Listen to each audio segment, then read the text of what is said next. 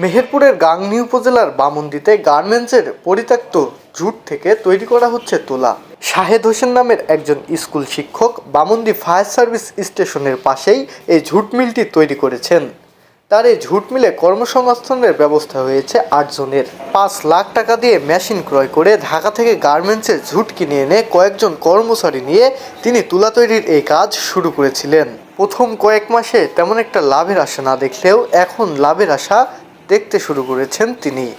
তার উৎপাদিত কারখানা থেকে মাসে 12,000 কেজি তুলা উৎপাদিত হয়, যার বাজার মূল্য 2.5 লাখ থেকে 3 লাখ টাকা পর্যন্ত।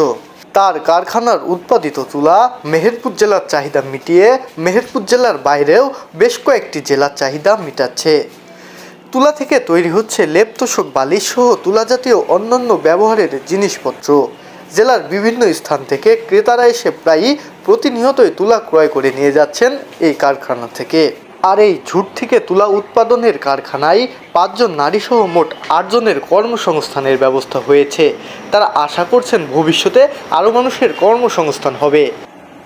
আমরা কর্ম করছি, আমরা এখানে আইসি মানে সবাই মিলি 5টা মেয়ে একটা পুরুষ মিস্ত্রি 20 আর আমরাও যোগাযোগ করছি মিস্ত্রি হওয়ার জন্য। আর আমাদের কাজ আমরা করছি, মানে আমাদের উপকার আছে। আরও লোক আসতে পারে হয়তো এটা দেখতে দেখতে আরও লোক আসছে যে আমাদের নেও ফ্যাক্টরিরা হয়ে উপকার সবাইরই আছে বাবা। এই কারণে আমাদের ভালো। হ্যাঁ, কর্মসংস্থানের এটা আমরা করছি, করে খাচ্ছি। আপনারা কয়জন মেয়ে এখানে কাজ করেন? 5টা মেয়ে কাজ। আচ্ছা আচ্ছা, মোট কয়জন এখানে কাজ করে? 6 জন। মিস্ত্রি অসুস্থ, আজ 15 দিন আসেনি।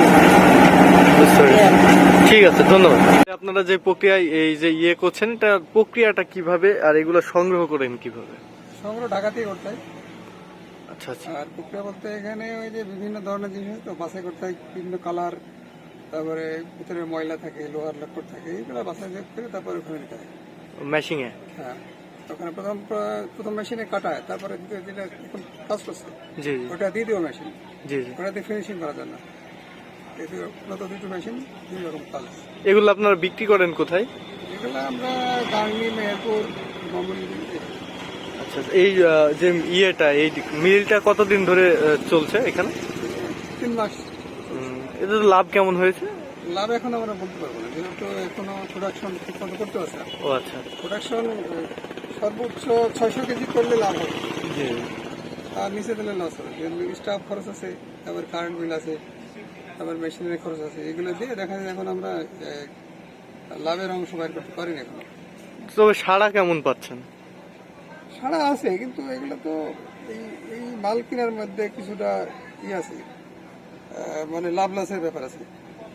যদি মালটা ভালোভাবে কেনা যায়, কোয়ালিটি বুঝি, তাহলে ওই তুলা ভালো হবে। এই তুলা দিয়ে কি কি কাজ করা যায়? এই তুলা দিয়ে সাধারণত বালিশ, তোষক, জাজিম এগুলো দেয়। আচ্ছা, ঠিক আছে, ধন্যবাদ।